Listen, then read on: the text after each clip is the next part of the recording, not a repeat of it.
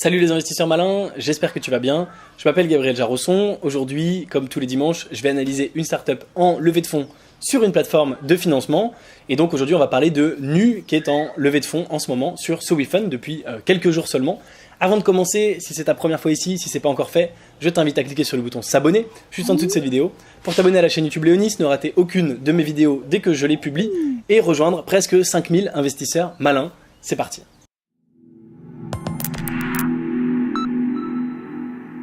Je suis donc ici sur le site de SoWeFund.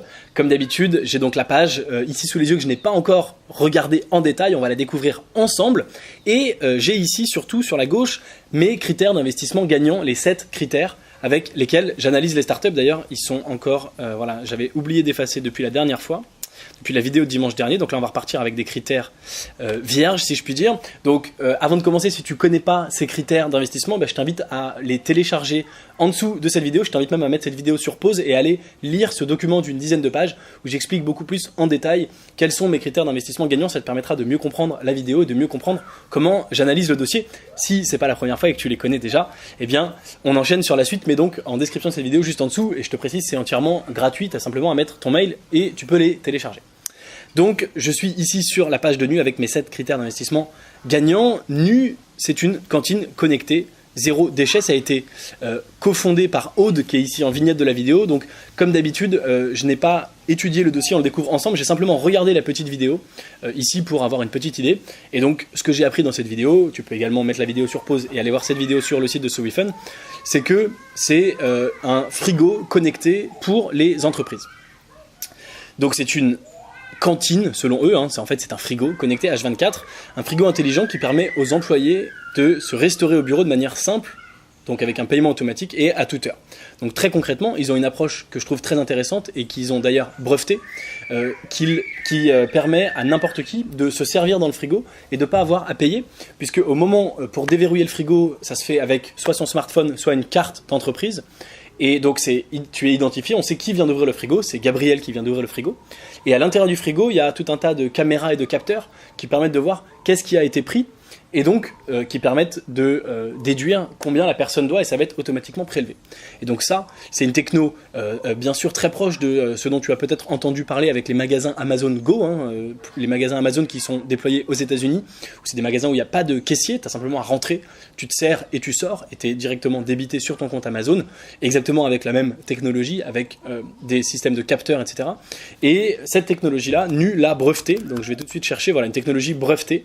Et donc ça, c'est breveté aujourd'hui en France et ils sont en train de la breveter en Europe, c'est ce qu'ils disent. Donc là, tu vois un petit peu la technologie, à quoi ça ressemble. Tu vois, il y a des capteurs comme ça qui captent, qui détectent ce qu'il y a dans le frigo. Et puis ensuite, je m'identifie, on dit c'est Gabriel, et puis on détecte qu'il manque un produit. Et ben le produit qui manque, c'est bien sûr le produit qui a été acheté.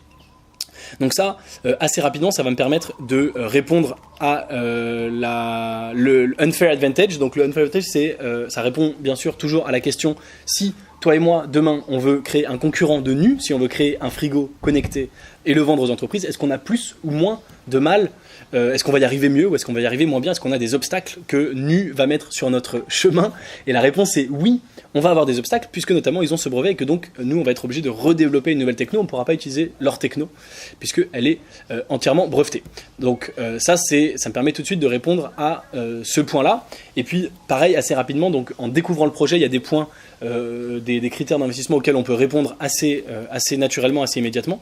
Donc la monétisation, je vais laisser ça entre parenthèses parce que c'est pas défini très clairement dans le voilà, mais en creusant, je me suis rendu compte qu'effectivement ils vendaient leur frigo, donc ils savent monétiser, d'accord. Donc je vais quand même le remplir, puis on va y revenir.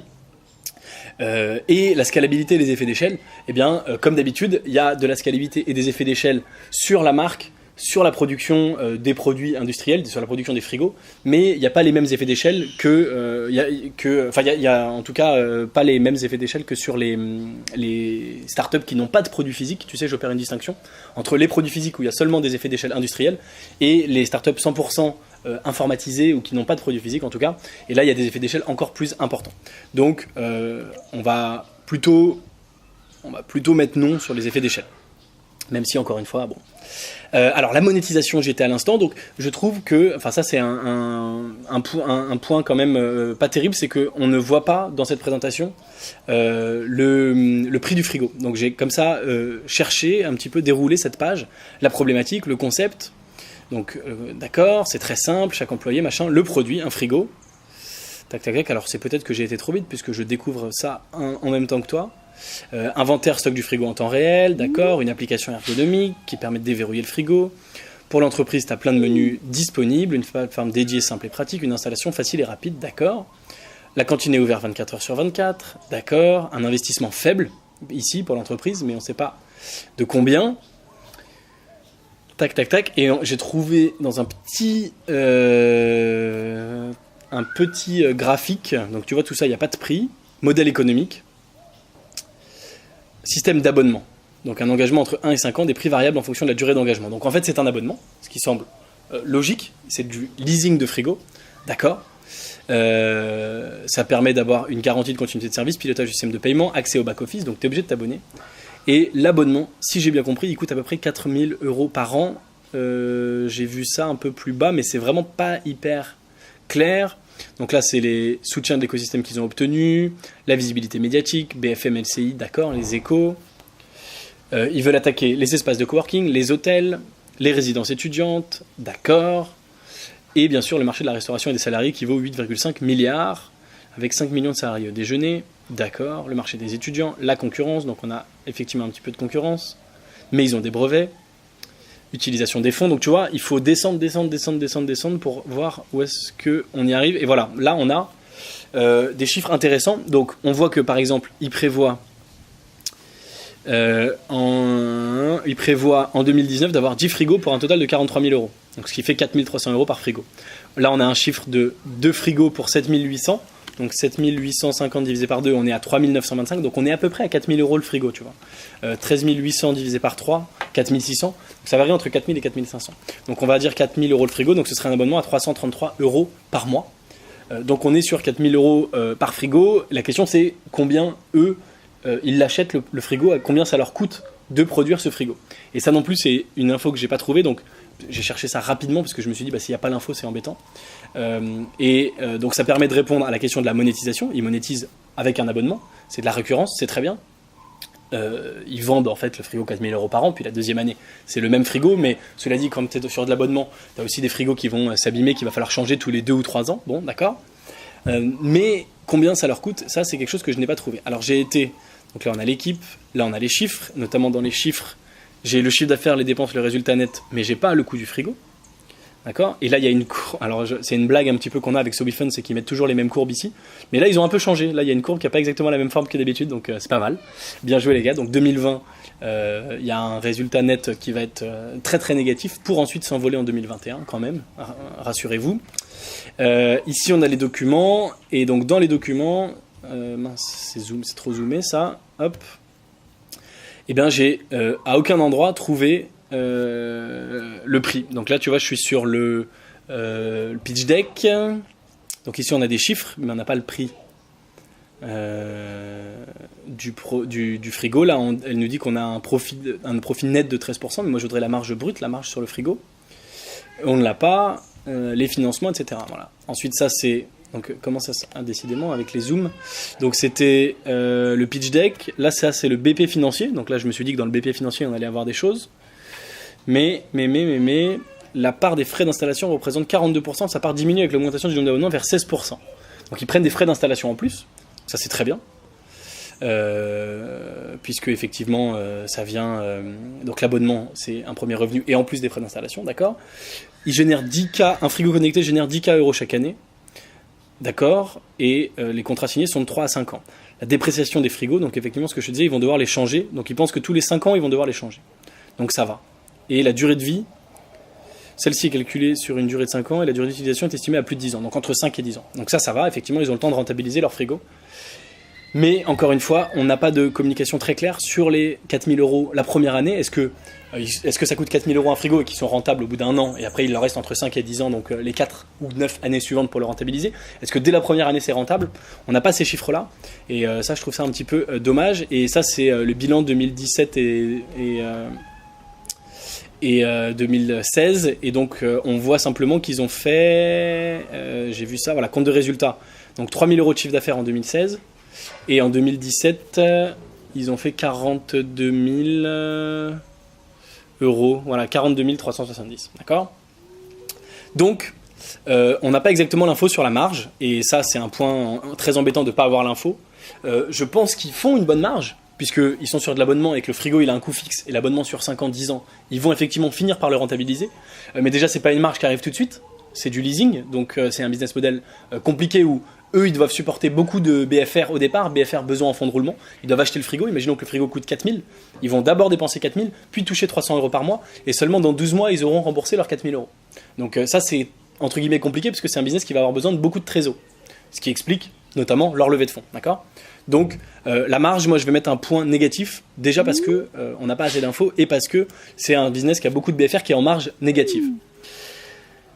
Il nous reste la valorisation, l'équipe et le marché. J'ai très chaud. Alors on va aller voir le marché.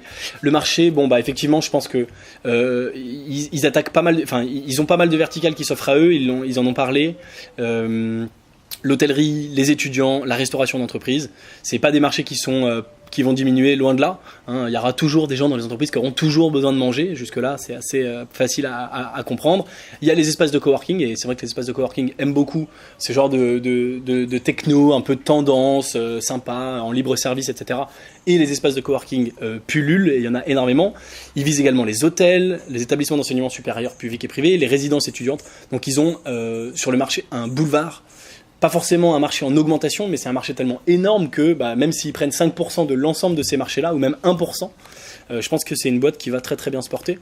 Donc sur le marché, je leur mets un point positif.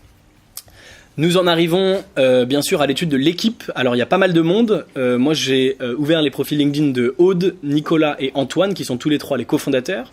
Et j'ai en plus ouvert le profil LinkedIn de Hervé, qui est le CTO, et c'est bien sûr important dans ce genre de cas. Donc ici nous avons Aude, qui est la cofondatrice et qui est visiblement la porte-parole, ou en tout cas le visage de la startup, puisque c'est elle en partie qu'on voit ici, puis on voit aussi son associé. Donc ce que je cherche ici bien sûr dans l'équipe, c'est des profils complémentaires et bien sûr éventuellement expérimentés dans l'entrepreneuriat. Donc Aude, elle a vécu à Shanghai pendant 7 ans, ça nous fait un point commun, moi c'était pendant moins longtemps. Mais voilà, elle a fait l'INSA à Lyon, mais elle a travaillé chez Bombardier, donc pas mal d'expériences visiblement très intéressantes, mais c'est sa première start-up, d'accord.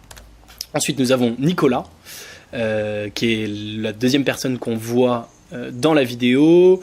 Et Nicolas, il a travaillé pendant 6 ans chez Rungis, enfin à Rungis, il a travaillé chez Carrefour, et il a fait l'école supérieure d'agriculture de Purpan. Alors ça, je reconnais que je ne connais pas, mais donc pas d'expérience dans l'entrepreneuriat non plus, donc quelqu'un qui vient également mais oui, on peut dire qu'il est dans le fresh foods, donc lui il est dans le côté food éventuellement. Cela dit, moi je trouve que Nu, ça n'a pas un énorme rapport avec la food, mais plus avec la techno. Et d'ailleurs, ici, je reviens sur le profil de Aude. Est-ce qu'elle a une expérience... Alors, Bombardier, on peut dire que c'est une expérience... remarque système de freinage, donc c'est pas vraiment de la gestion de techno, enfin, c'est assez éloigné.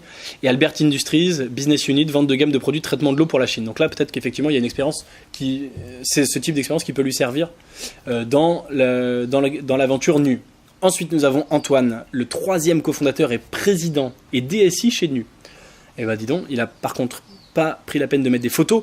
Ah, et c'est le cofondateur de Limonetic. Donc ça, c'est assez énorme. Limonetic, grosse start-up que visiblement Antoine a quitté en 2016, après 8 ans. Mais donc très grosse expérience entrepreneuriale. Et Limonetic est une boîte qui existe encore, qui a d'ailleurs, je crois, levé des fonds sur Anaxago l'année dernière, il me semble. Donc tu en as peut-être entendu parler. Je me demande si j'ai même pas fait une vidéo sur eux, peut-être, je sais plus.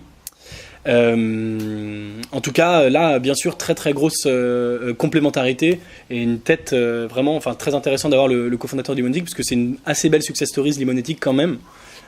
Donc voilà, un cofondateur assez intéressant qui vient très bien compléter l'équipe. Et puis enfin, Hervé Blondeau, le CTO. Donc oui, ça fait 2 ans et demi qu'ils font ça visiblement. Elle, ça fait 4 ans. Tu vois, donc ça, c'est des trucs que j'aime bien regarder. 4 ans, ça veut dire que la traction est quand même pas énorme, puisque bon, on va y revenir. Donc toujours quand je rajoute ici, quand les startups font ça depuis plus de 2 ou 3 ans, je sais même pas écrire, voilà, je rajoute un critère traction qui me permet de répondre à est-ce qu'elle fait ça depuis 4 ans et que le marché vraiment a répondu, a réagi et a dit oui, on veut ce frigo, ou est-ce que ça fait 4 ans et que elle pédale un petit peu dans la semoule et que le marché dit finalement des frigos connectés, on ne sait pas si on en veut vraiment. Et là, j'aurais tendance à répondre que c'est plutôt mauvais parce que ça fait 4 ans et qu'elle a fait 40 000 euros de chiffre d'affaires en 2017. Alors, on n'a pas les chiffres de 2018, mais ça veut dire qu'elle a vendu en 2017 10 frigos, ce qui est quand même pas du tout énorme. Est-ce qu'ici, on a les chiffres de 2018 ? Oui, 80. Donc, elle a vendu 20 frigos en 2018. Non, elle en a vendu 10 de plus, parce qu'il y avait les 10 de l'année d'avant qui continuent à faire du récurrent. Donc, elle a vendu 10 frigos en 2017, 10 frigos en 2018. Ce qui est quand même pas énorme, on va pas se mentir, sur les milliers et les milliers et les milliers d'entreprises, etc. Donc l'attraction, moi je leur mets un point négatif, c'est-à-dire que le marché, c'est pas forcément une mauvaise chose, hein. Peut-être qu'elle n'a pas eu les moyens de contacter assez de monde, les moyens commerciaux, etc. Mais en tout cas, ce qui est sûr, c'est que le marché s'est pas précipité sur nu en disant c'est incroyable, il me faut forcément ce frigo, d'accord ? Je reviens en arrière, j'étais en train de terminer sur notre ami Hervé, qui est donc le CTO. Avant, il était dans l'IT Louvre Hotel Group. Il a été chef de projet web chez Chanel. Il a été chez My Little Paris, donc quelqu'un d'assez expérimenté qui connaît bien l'univers startup. My Little Paris, c'est maintenant une grosse startup. Bon, remarque, il y a passé que 7 mois. Et j'aimerais voir ce qu'il a fait en dessous, mais Internet est trop mauvais. C'est pour ça que j'avais tout chargé en avance. Il sort de l'école supérieure des mines de Paris, donc assez chouette comme diplôme, évidemment. Donc moi je donne une très bonne note à l'équipe, c'est une équipe très complémentaire, il y a beaucoup de monde, ils sont 4, enfin non, ils sont 3 cofondateurs d'ailleurs, puisque Hervé n'est pas cofondateur, ils sont 3 cofondateurs, ils ont réussi, Aude et Nicolas, ils ont réussi à s'entourer d'Antoine, qui est ancien de Limonétique, donc un profil assez intéressant. Ils ont recruté un CTO qui a l'air absolument talentueux. Donc une très très bonne équipe, très complémentaire, avec des gens différents, ils ont su très très bien s'entourer. Donc c'est nickel. Il nous reste, pour terminer, le point de la valorisation. La valorisation, on y accède ici très facilement dans l'onglet « Les chiffres ». Et c'est une valorisation de 3,5 millions d'euros. Et donc ça, bien sûr, je la compare à plusieurs choses, mais je la compare aux autres startups dans l'écosystème, etc. Et puis bien sûr, je prends en compte le chiffre d'affaires. Et donc le chiffre d'affaires là est de 80 000 euros. Et donc je trouve personnellement que quand même cette valorisation est un petit peu élevée. 3,5 millions de valo pour seulement 80 000 euros. Voilà, c'est pas effarant. Mais je trouve ça un petit peu élevé. Les valos au-dessus de 3 millions, en général, c'est des boîtes qu'on fait plutôt 150, 200, 300 000 euros de chiffre d'affaires. En général, sur des boîtes qu'on fait 80 000, on est plutôt sur des plus petites valos, aux alentours de 2 millions, 2,5 millions par exemple. Alors ceci dit, j'ai aperçu dans le bilan 2017 ici, qu'ils ont 350 000 euros de stock.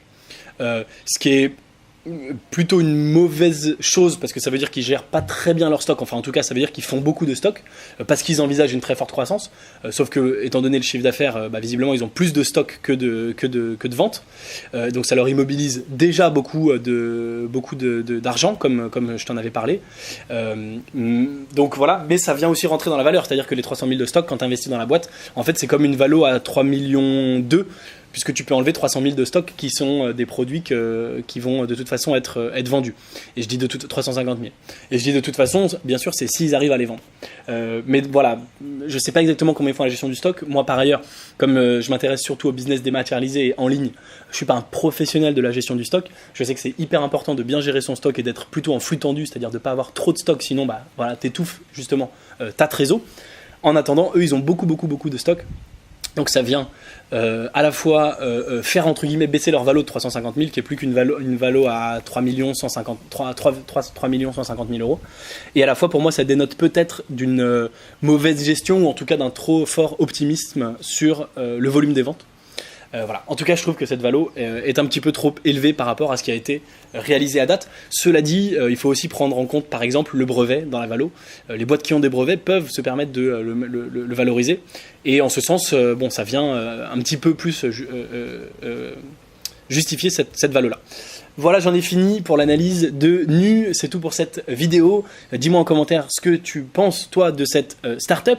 Évidemment, si tu veux connaître ma décision d'investissement, si tu veux savoir si effectivement j'investis ou pas dans Nu, et c'est pas parce qu'il y a des points négatifs que j'investis pas, et vice-versa, c'est pas parce qu'il y a que des points positifs sur d'autres startups que j'investis. Donc si tu veux connaître ma décision finale, eh bien, je te donne rendez-vous dans le club privé Léonis, dans mon club d'investissement en startup. Le lien est dans la description de cette vidéo, juste en dessous. Si tu rejoins le club, non seulement je te donne mon avis sur l'ensemble des startups en levée de fonds, je te donne également des recommandations d'investissement et surtout je te donne des opportunités d'investissement dans des startups qui ne sont pas sur les plateformes, dans d'autres startups qui viennent de mon réseau perso, de mon deal flow personnel et dans lequel j'investis mon argent perso et dans lequel je te propose d'investir avec moi. Donc si ça t'intéresse, le lien est dans la description de cette vidéo. Moi je te dis à très bientôt, merci de m'avoir regardé jusqu'au bout. Si tu es arrivé jusqu'ici, bien sûr, mets-moi un petit like. Si tu n'es pas encore abonné à la chaîne YouTube Léonis, je pense que c'est vraiment le moment de le faire. Donne-moi ton avis sur Nu en commentaire et moi je te dis à très bientôt pour une prochaine vidéo. Et en attendant, tu peux regarder une autre vidéo de moi juste au-dessus de ma tête. Ciao.